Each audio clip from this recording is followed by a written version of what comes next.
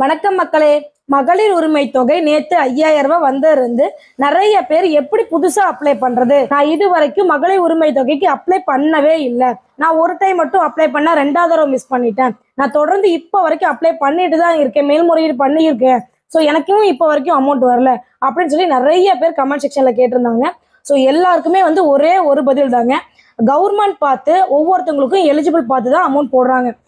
நிறைய பேருக்கு வந்திருக்கு, நிறைய பேருக்கு வராம இருக்கு. ஸோ நம்மளால எதுவுமே பண்ண முடியாது. அடுத்த கட்ட முகாம் எப்போ போடுறாங்களோ அப்போதான் நம்ம அப்ளை பண்ண முடியும். ஸோ அது வரைக்கும் நம்ம வெயிட் பண்ணி தான் ஆகணும், வேற வழியே கிடையாது. அது மட்டும் இல்லாம ஓஏபி பணம் வாங்குறாங்க இல்லைங்களா, 1200 ரூபா வாங்குறவங்க, மாற்றுத்திறனாளிகள் பணம் வாங்குறவங்க, ஆதரவற்ற விதவைகள் அந்த பணம் வாங்குறவங்க, இந்த மாதிரி பணம் வாங்குறவங்களும் எங்களுக்கு எந்த அமௌண்ட்டும் வரலையா, இந்த கோடைகால சிறப்பு தொகை எதுவும் வரலையா அப்படின்னு சொல்லி கேட்டிருந்தாங்க. உங்க யாருக்குமே எந்த அமௌண்ட்டும் இல்லைங்க.